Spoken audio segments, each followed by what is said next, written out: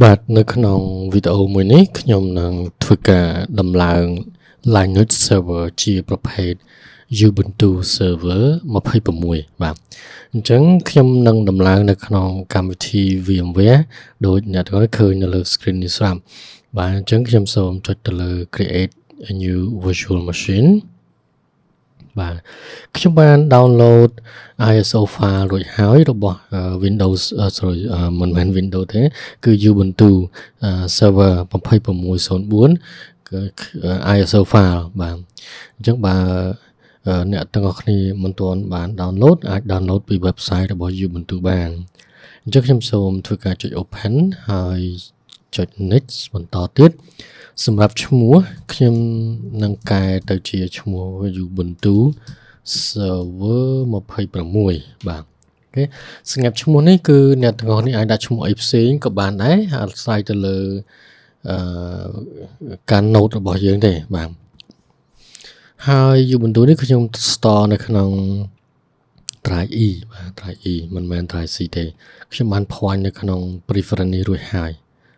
បាទបន្តមកចុច next បាទហើយ next ទៀតមកខ្ញុំសូមបញ្ជាក់ទៅលើ network adapter នេះជាប្រភេទ NAT by default របស់ installation ទៅលើ VMware គ្រប់ operating system សម្រាប់ខ្ញុំនៅពេលដែលប្រើប្រាស់ជាក់ស្ដែងគឺខ្ញុំមិនប្រើជា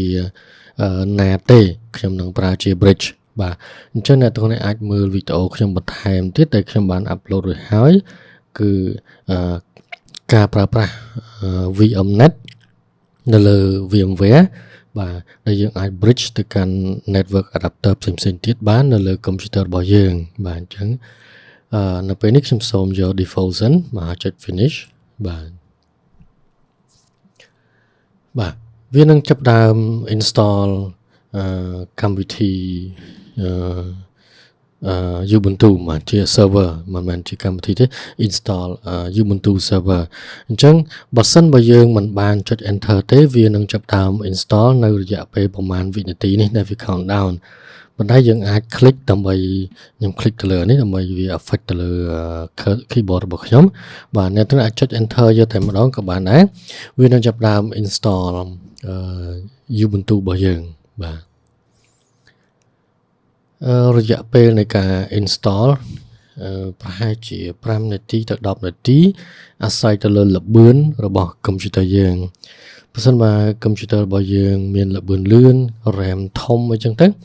វានឹងប្រើប្រាស់រយៈពេលលឿនដែរបាទគេចឹងរងចាំបន្តិច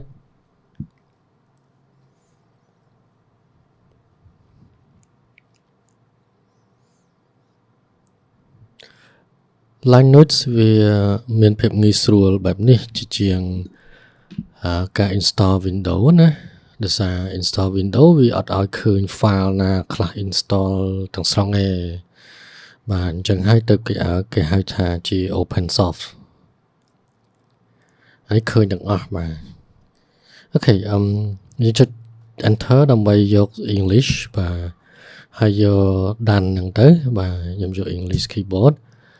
កន្លែងនេះយើងចុច done បន្តទៀត enter បាទហើយអ្នកទាំងនេះឃើញ IP address បាទ IP address នេះគឺវា generate ពី NAT adapter មិញហ្នឹងបាទមិនមែនជា IP address មកពីម៉ាស៊ីនឬក៏ Wi-Fi របស់ខ្ញុំទេបាទឃើញយើងចុច enter ដើម្បីបន្តទៅទៀតបាទ proxy អត់មានបាទអូខេ continue បាទយើងចុចដានមកទៀតមក hard disk 20 GB ដែលយើងបានរើសយកមិញនេះយើងយកវាទាំងអស់ទៅឲ្យវាចែក partition automatic ប៉ុន្តែសម្រាប់ការដំឡើងនៅលើម៉ាស៊ីនមែនតែនសូមប្រុងប្រយ័ត្នកន្លែងនេះបើសិនបើយើងមិនបានចែកខ្លួនឯងស្រួលទេ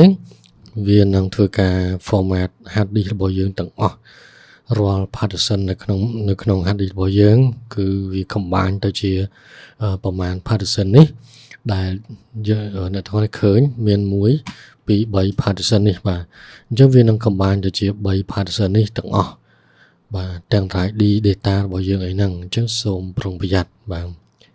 តែនេះដោយសារជាប្រភេទ virtual machine ទេអញ្ចឹងយើងអត់បានគិតគូរទៅលើការបាត់បង់ data ទេបាទអញ្ចឹងចុច enter ទៀតមកបាទដើម្បីបន្តទៅទៀតចុច continue សម្រាប់ឈ្មោះខ្ញុំយកឈ្មោះប៊ុនថាហើយ server ខ្ញុំសូមដាក់ឈ្មោះ server អញ្ចឹងតែម្ដង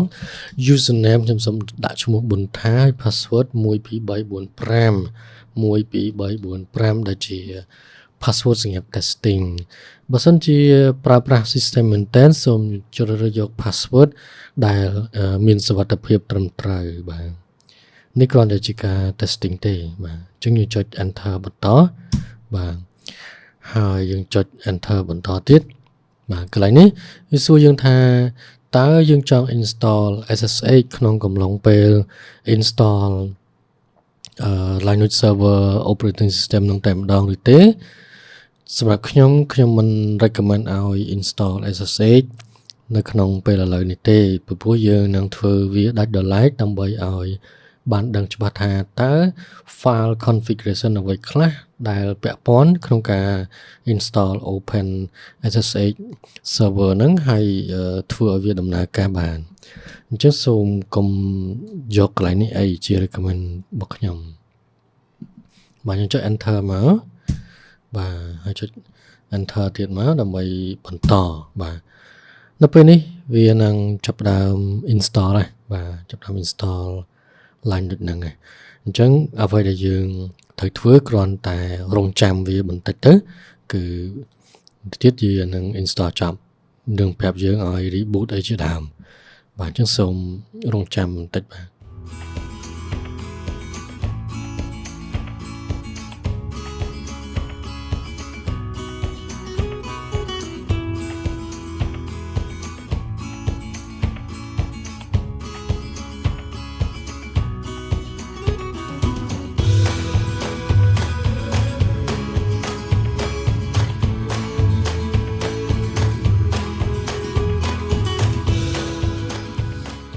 បាទបាទឥឡូវចាប់ផ្ដើម install វាចប់ហើយបាទឥឡូវយើងចាប់ផ្ដើមធ្វើការ reboot វាបាទអញ្ចឹងយើងរំកិល cursor រហូតទៅដល់កន្លែង reboot ទៅហើយយើងចុច enter បាទវានឹងបង្ហាញ message មួយទៀតឲ្យយើង remove media អញ្ចឹងទៅប្រសិនបើយើងប្រើប្រាស់ជា flash ឬក៏ DVD install អញ្ចឹងបាទអញ្ចឹងវាថាឲ្យ remove installation medium ប្រសិនបើយើងប្រើ flash ប្រើអីហ្នឹងតែក្នុងន័យនេះគឺយើងប្រើប្រាស់ជា ISO file ទេអញ្ចឹងអត់មានបញ្ហាអីទេប៉ុន្តែយើងត្រូវ press enter មួយសារទៀតដើម្បីឲ្យវា reboot តែម្ដងបាទUbuntu នឹងហើយបាទចង់រងចាំបន្តិចដើម្បីវាធ្វើការ boot up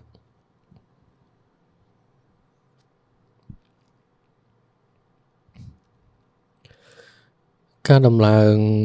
Ubuntu មិនថា Ubuntu server